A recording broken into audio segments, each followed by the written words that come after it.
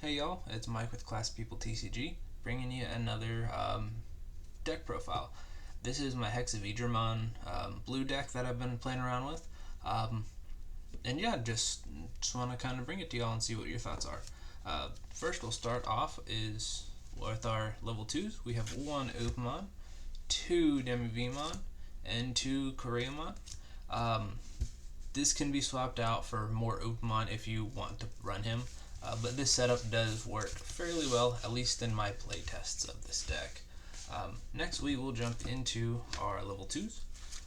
We have 2 of the BT3 Vmon, 2 of the new Vmon from the starter deck, 1 of the BT2 Vmon, 2 of the Gabumon, 2 of the HexaVeedramon, 1 Memory Gain Gabumon, and 2 Gazimon. For our level 4s, we have 2 Majoramon, 2 Gorillamon, 2 Veedramon, and 4 Cordramon. You can swap out a couple of these, whether it be the Gorillamon or the Majoramon, for another for a Lobomon. I am not running any blockers in this deck, so if you do wish to run blockers, you can easily throw 1 or 2 in here, but at least for the BT6 meta, I have come across more often that blockers haven't been all that helpful. But if you are running across something like Rookie Rush in your local area, definitely throw in a couple of blockers to kind of help you out a little bit. But yeah, let me get back to it. So now on to our level 5s. We have 3 Crystal Paildramon, 2 Majoramon, which allows you to restand, or unsuspend I should say, and then 4 HexaVeedramon.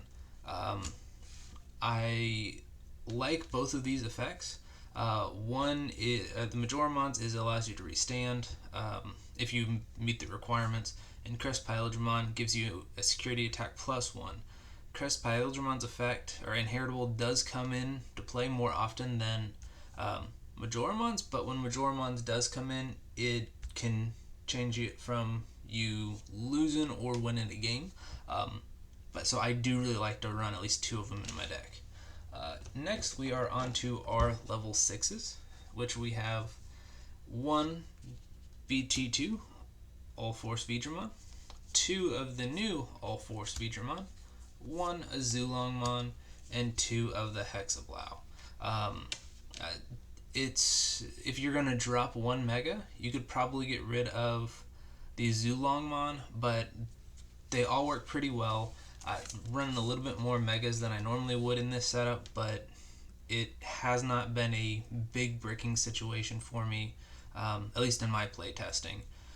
Whether I'm going up against Gabumon or Jessmon, anything like that, it seems to be doing pretty well, at least in the BT6 meta. And then next I have my level 7s, which consist of 2 Omnimon.